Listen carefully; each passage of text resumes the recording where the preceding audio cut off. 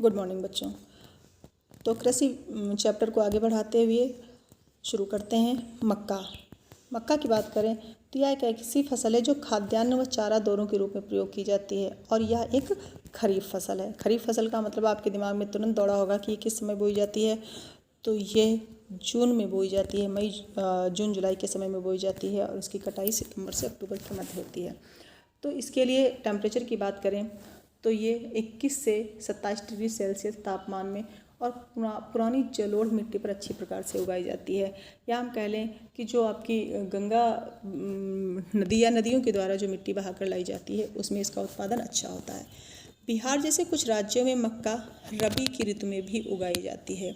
जैसे रबी की ऋतु की बात करें, अगर सर्दी के मौसम में भी बिहार में इसका उत्पादन किया जाता है। आधुनिक प्रौद्योगिक निवेशों जैसे उच्च पैदावार देने वाले बीजों, उर्वरकों और सिंचाई के उपयोग से मक्का का उत्पादन बढ़ा है। अब हम देख रहे हैं इस समय हमारे आसपास हम जिस क्षेत्र में निवास करते हैं उन क्षेत्रों में मक्का का उत्पादन होता है। तो हमने एक चीज़ देखी है कि इस क्षेत्र में मक्का का जो उत्पादन है, मतलब जो उपज है वो बढ़ी है। क्यों? क्योंकि अब हमारे पास उन्नतशील बीज हैं, ठीक है, और सिंचाई और उर्वरक का हम जब ज़्यादा इस्तेमाल करते हैं तो उसका उत्पादन भी अधिक होने लगा है। कर्नाटक, मध्य प्रदेश, उत्तर प्रदेश, बिहार, आंध्र प्रदेश, तेलंगाना मक्का के मुख्य उत्पादक राज्य हैं। इन राज्यों में ये मुख्य रूप से उत्पादित की जाती है। दालों की अगर बात करें तो प्रोटीन का वाहक है ना, सबसे ज़्यादा प्रोटीन हमें कहाँ से प्राप्त होता है? दालों से प्राप्त होता है। और एक चीज़ है, बताया गया कि भारत विश्व में दालों का सबसे बड़ा उत्पादक मतलब पैदावार सबसे ज़्यादा करता है और उपभोक्ता है, मतलब सबसे ज़्यादा इस्तेमाल भी करता है। क्योंकि शाकाहारी लोगों की संख्या यहाँ पे ज़्यादा है, इसलिए दालों का जो इस्तेमाल है, प्रयोग है, वो भी हम ज़्यादा करते हैं। शाकाहारी खाने में दालें सबसे अधिक प्रोटीनदायक होती हैं। हमने पहले बताया कि प्रोटीन का वाहक है।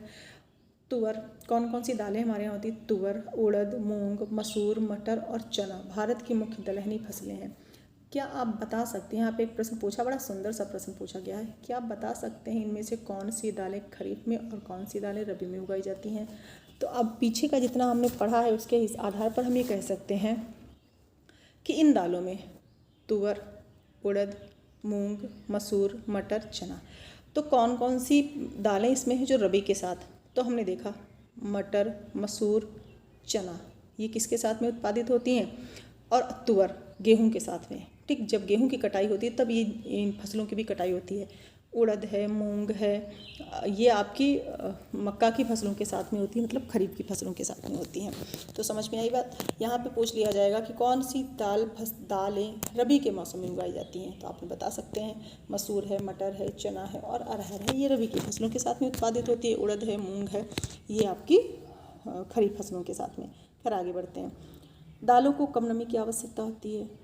जो दालें हैं, अब इनमें से जितनी भी दलहनी फसलें हैं, आप अपने आसपास के क्षेत्रों में देखेंगे तो पाएंगे कि इनमें आप कितनी बार इनकी सिंचाई करते हैं। तो मोस्टली नहीं, आसपास के क्षेत्र से या ऐसे ही कम नमी में ही उत्पादित हो जाया करती है, इनके लिए स्पेशली आप सिंचाई नहीं करी जाती है। और इन्हें शुष्क परिस्थितियों में भी उगाया जा सकता है। शुष्क परिस्थितियों में उगाने की बात ऐसी हो गई क्योंकि कम नमी में उत्पादित हो जाती हैं। फलीदार फसल होने के नाते अरहर को छोड़कर अन्य सभी दालें वायु से नाइट्रोजन लेकर भूमि की उर्वरता को बनाए रखती हैं। सभी जो दलहनी फसलें होती हैं वो मेनली कम उत्पादक युक्त खेतों में या कमज़ोर खेतों में बोई जाती हैं। कमज़ोर खेतों में बोने का पर्पज़ ये होता है, जब कमज़ोर खेतों में बोई जाती हैं तो ये क्या करती हैं, हवा से नाइट्रोजन प्राप्त करती हैं और भूमि को उर्वरकता देती हैं। क्योंकि नाइट्रोजन इनका मुख्य भोजन है, तो जितना ज़्यादा मात्रा में नाइट्रोजन ग्रहण करती हैं, ग्रहण करके अपनी जड़ों तक ले जाती हैं, तो भूमि भी उर्वर हो जाती है। इसीलिए हम देख रहे हैं कि हमारे यहाँ मेनली जो दालें होती हैं कमज़ोर खेतों में बोई जाती हैं और जो अच्छे खेत होते हैं उनमें दालें बोने से दालों का उत्पादन उतना अच्छा नहीं होता है। इन फसलों को आमतौर पर अन्य फसलों के आवर्तन में बोया जाता है। जैसे दालें हैं तो जो चना है उसके साथ में हम रोटेशन में बोते हैं, उनके साथ में हम किसी दूसरी फसल को भी बो लेते हैं, ठीक है। उड़द है, मूंग है, इनके साथ में हम किसी दूसरी फसल को भी बो लेते हैं, तो ये आवर्तन रोटेशन में बोई जाती हैं। भारत में कहाँ कहाँ? मध्य प्रदेश, राजस्थान, महाराष्ट्र, उत्तर प्रदेश और कर्नाटक दाल के प्रमुख उत्पादक राज्य हैं। इन राज्यों में मुख्य रूप से दालें उत्पादित की जाती हैं। इन खाद्यान्नों के अलावा, खाद्यान्नों की बात हम लोगों ने कर ली, गेहूँ हो गया, चावल हो गया, आपका ज्वार हो गया, बाजरा हो गया, मतलब मोटे अनाज हो गए, और आपकी दालें हो गई। अब इनके अलावा और कौन सी फसलें हैं जो खाद्य फसलें हैं, तो हम बात करेंगे गन्ना की। गन्ना एक उष्ण और उपोष्ण कटिबंधीय फसल है। अब उष्ण और उपोष्ण कटिबंधीय फसलें तो भारत में कैसे उत्पादित होती है, तो हम सबको पता है कि हमारा जो देश है वो उष्ण और उपोष्ण दोनों कटिबंध में स्थित है। कर्क रेखा पर मध्य से गुजरने के कारण ऊपर का क्षेत्र जो है वो उपोष्ण है और नीचे का क्षेत्र उष्ण है, ठीक है। तो इसलिए गन्ना हमारे यहाँ उत्पादित होता है। यह फसल 21 डिग्री सेल्सियस से 27 डिग्री सेल्सियस, मतलब इसके लिए जो तापमान चाहिए वो 21 से 27 डिग्री सेल्सियस चाहिए। इसके अलावा इसके तापमान के लिए 75 से 100 सेंटीमीटर वार्षिक वर्षा चाहिए, और आर्द्र उष्ण और आर्द्र जलवायु में बोली जाती है। मतलब इसके लिए जो जलवायु चाहिए वो उष्ण मतलब गर्म और आर्द्र मतलब नमी युक्त होनी चाहिए। कम वर्षा वाले प्रदेशों में सिंचाई की आवश्यकता होती है। जिन क्षेत्रों में कम वर्षा होती है वहाँ इसको सिंचाई के साथ ही बोया जाता है, क्योंकि क्या है कि वार्षिक फसल है, एक साल में एक साल के लिए ये फसल बोई जाती है। एक साल फिर उसी गन्ने को काटने के बाद में फिर से एक बार उन्हीं जड़ों के द्वारा फिर से यही गन्ना उत्पादित किया जा सकता है। तो इस वजह से इसे सिंचाई की आवश्यकता होती है गर्मियों के मौसम में। इसे अनेक मिट्टियों में उगाया जा सकता है तथा इसके लिए बुआई से लेकर कटाई तक काफ़ी शारीरिक श्रम की आवश्यकता है। तो रोपड़ फसल है, एक बार फिर से याद दिला दें आपको, रोपड़ फसल है और रोपड़ फसल में अधिक श्रम की आवश्यकता होती है। ब्राज़ील के बाद भारत गन्ने का दूसरा सबसे बड़ा उत्पादक देश है। तो पहला कौन है? पहला हुआ ब्राज़ील। यह चीनी, गुड़, खांडसारी और शीरा बनाने के काम आता है। उत्तर प्रदेश, महाराष्ट्र, कर्नाटक, तमिलनाडु, आंध्र प्रदेश, तेलंगाना, बिहार, पंजाब, हरियाणा गन्ने के मुख्य उत्पादक राज्य हैं। तिलहन की बात करते हैं। अब एक और खाद्य फसलें हैं, खाद्यान्न है तिलहन। तो तिलहन की बात करें, 2015 में भारत विश्व में चीन के बाद दूसरा तिलहन का सबसे बड़ा उत्पादक देश था, ठीक है। यहाँ पे क्या बात हो रही है कि 2015 में विश्व में चीन के बाद दूसरा बड़ा तिलहन का उत्पादक देश था। सन 2015 में तोरिया के उत्पादन में भारत का विश्व में कनाडा और चीन के बाद तीसरा स्थान था। तोरिया एक सरसों की प्रजाति होती है जिसके उत्पादन में बताया गया तीसरा स्थान था। देश में कुल बोए गए क्षेत्र के 12% भाग पर, जितना क्षेत्र बोया जाता है उसका 12% भाग जो है तिलहन की फसलें उगाता है। और तिलहन में हमारे यहाँ कौन कौन सी फसलें होती हैं? मूंगफली, सरसों, नारियल, तिल, सोयाबीन, अरंडी, बिनौला, अलसी, सूरजमुखी। इतनी फसलें तो हम लोगों ने खुद देखी है कितनी फसलें तिलहन के रूप में बोई जाती हैं। इनमें से अधिकतर खाद्य हैं और खाना बनाने में प्रयोग किए जाते हैं। तो जाहिर सी बात है, सरसों का तेल है, आपका तिल का है, सोयाबीन का है और अलसी है, सूरजमुखी, इनका इस्तेमाल हम लोग अपने घरों में करते हैं। परंतु इनमें से कुछ तेल साबुन, प्रसाधन या और उपटन उद्योग में कच्चे माल के रूप में भी प्रयोग किए जाते हैं। अब बात करें, अगर हम यहाँ पर अरंडी का तेल है, अलसी का तेल है, नारियल का तेल है, ठीक है, तो और बिनौले का तेल है, तो इनका इस्तेमाल साबुन आबुन के प्रयोग में किया जाता है। मूंगफली खरीफ की फसल है तथा देश में मुख्य तिलहनों के उत्पादन का आधा भाग इसी फसल से प्राप्त होता है। खरीफ की फसल है, हम लोगों ने बात करी थी कि खरीफ की फसल मतलब कौन से महीने में बोई जाती है। एक बार फिर से दिमाग दौड़ाएंगे तो हमें पता चलेगा कि ये जून में बोई जाती है, जून या जुलाई तक। गुजरात, राजस्थान, तमिलनाडु, महाराष्ट्र मूंगफली के गुजरात, राजस्थान, तमिलनाडु और महाराष्ट्र मूंगफली के मुख्य उत्पादक राज्य हैं। इसके बारे में भी ध्यान रखना आपको कि मूंगफली का सबसे ज़्यादा उत्पादन राज्य में होता है गुजरात, राजस्थान, तमिलनाडु और महाराष्ट्र।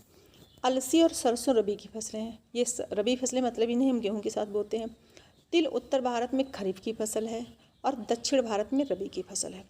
अरंडी खरीफ रबी दोनों ही फसलों में बोया जाता है।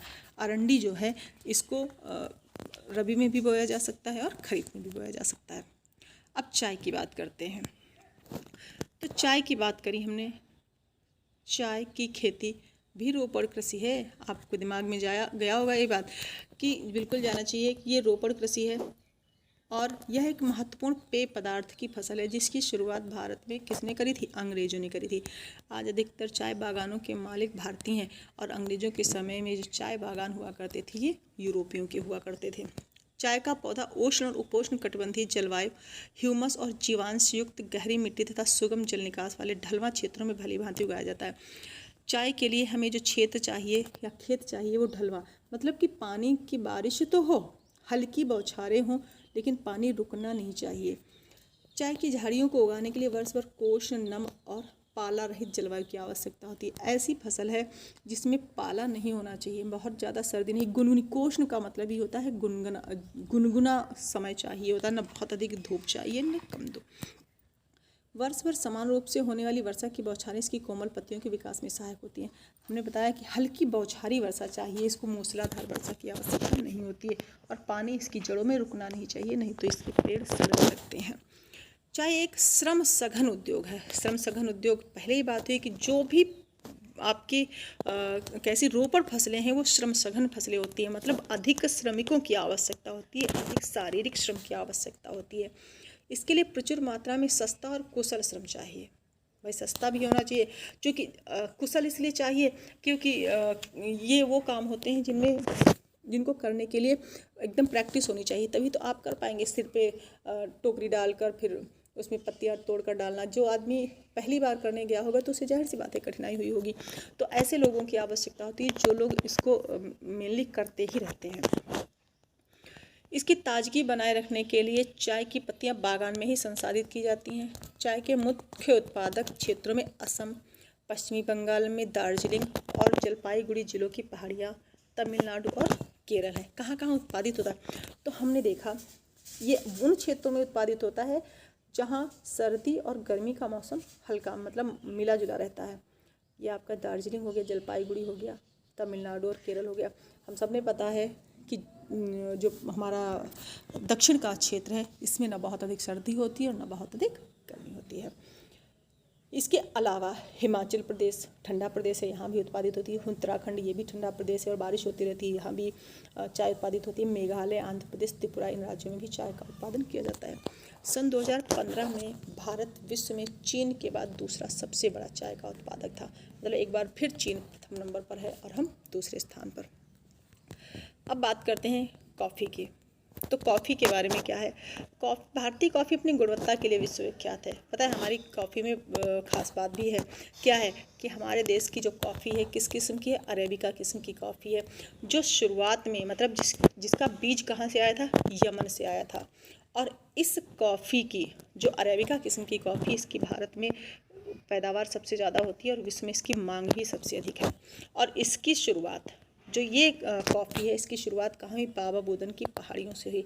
आज भी इसकी खेती नीलगिरी की पहाड़ियों के आसपास कर्नाटक, केरल और तमिलनाडु में होती है। अब बागवानी फसलों की बात करें। सन 2015 में भारत का विश्व में फलों और सब्जियों के उत्पादन में चीन के बाद दूसरा स्थान था। भारत उष्ण और शीतोष्ण कटिबंधीय दोनों ही प्रकार के फलों का उत्पादक है। चूँकि हमने आपको ये बताया कि ये क्षेत्र आपका उष्ण है और ये आपका उपोष्ण है, ठीक है। तो हमारे यहाँ दोनों प्रकार के फल उत्पादित होते हैं। भारतीय फलों में महाराष्ट्र, आंध्र प्रदेश, तेलंगाना, उत्तर प्रदेश, पश्चिमी बंगाल के आम, नागपुर और चेरापूंजी मेघालय के संतरे, केरल, मिजोरम, महाराष्ट्र और तमिलनाडु के केले, उत्तर प्रदेश बिहार के लीची, मेघालय के अनानास, आंध्र प्रदेश, तेलंगाना, महाराष्ट्र के अंगूर, हिमाचल प्रदेश व जम्मू कश्मीर के सेब, नाशपाती, खुबानी और अखरोट किस विश्व भर में मांग है। तो हमने देखा कि हमारे देश में विभिन्न प्रकार के फल उत्पादित होते हैं और विभिन्न प्रकार के फलों का जो उत्पादन है वो भी भारी मात्रा में होता है। मतलब कई राज्यों में अलग अलग प्रकार के फलों का उत्पादन हमारे देश में किया जाता है। भारत का मटर, फूल गोभी, प्याज, बंद गोभी, टमाटर, बैंगन, आलू उत्पादन में भी प्रमुख स्थान, मतलब सब्जियों के मामले में भी हमारा उत्पादन बेहतर है। अब हम अखाद्य फसलों की, ये हमारे खाद्यान्न हो गए। अब हम अखाद्य फसलों की अगर बात करें तो अखाद्य फसलों में रबड़, सबसे पहले हम रबड़ की बात करते हैं। रबड़ भूमध्य रेखीय क्षेत्र की फसल है, परंतु विशेष परिस्थितियों में उष्ण और उपोष्ण क्षेत्रों में भी उगाई जाती है, ठीक है। भूमध्य रेखीय फसल की बात इसलिए कहेंगे क्योंकि इसके लिए जो वर्षा है 200 सेंटीमीटर से अधिक चाहिए और 25 डिग्री सेल्सियस से अधिक तापमान और नमी आर्द्र वाली जलवायु की आवश्यकता होती है। रबड़ एक महत्वपूर्ण कच्चा माल है क्योंकि सीधे तौर पर हम इसका इस्तेमाल नहीं कर सकते। जो कहाँ इस्तेमाल होता है? उद्योगों में प्रयुक्त होता है। इसका मुख्य रूप से उत्पादन केरल, तमिलनाडु, कर्नाटक, अंडमान निकोबार द्वीप समूह और मेघालय में गारो खासी की पहाड़ियों में किया जाता है। क्रियाकलाप। उन वस्तुओं की सूची बनाएं जो रबड़ से बनती है और हम इनका प्रयोग करते हैं। तो इन वस्तुओं की सूची तो बनाना आप ही का काम है और आप इसकी सूची बना सकते हैं। रबड़ की बॉल होती है, रबड़ के टायर ट्यूब होते हैं। इस प्रकार से रबड़ की बहुत सारी चीज़ें हमारे दैनिक जीवन में इस्तेमाल होती हैं। रेशेदार फसलें। कपास। अखाद्य फसलों की बात करें, अभी इस टाइम हम अखाद्य फसलों पे आ गए हैं। ये पहला रबड़ हमने पढ़ा और दूसरा हमारी रेशेदार फसल। कपास, जूट, सन, प्राकृतिक रेशम भारत में उगाई जाने वाली 4 मुख्य रेशेदार फसलें हैं। ये भी अखाद्य हैं। इनमें से पहली 3 मिट्टी में उगने से प्राप्त होती हैं, कपास, जूट, सन। और प्राकृतिक रेशम जो है ये रेशम के कीड़े से प्राप्त होता है, जिसे हम कोकून कहते हैं। ठीक, इसके बाद में ये जो रेशम का कीड़ा है मलबरी पेड़ की हरी पत्तियों पर पलता है और उत्पादन के लिए रेशम के कीड़ों का पालन किया जाता है और रेशम का उत्पादन सेरीकल्चर कहलाता है। जो चौथे प्रकार की हमारी रेशेदार फसल है उसका उत्पादन मलबरी के पेड़ पर रेशम के कीड़ों के द्वारा करवाया जाता है और यह जो उत्पादन होता है इसे हम सेरीकल्चर के नाम से जानते हैं। अब बात करेंगे कपास की। तो कपास, भारत को कपास के पौधे का मूल स्थान माना जाता है क्योंकि हमारे यहाँ सर्वप्रथम कपास का उत्पादन किया गया था। सूती कपड़ा उद्योग में कपास एक मुख्य कच्चा माल है क्योंकि सूती कपड़े का जो बेस ही है वो क्या है, कपास है। रुई से धागे बनाते हैं और धागे बनाने के बाद हम क्या करते हैं, कपड़े का उत्पादन करते हैं। कपास उत्पादन में भारत का विश्व में 3य स्थान है।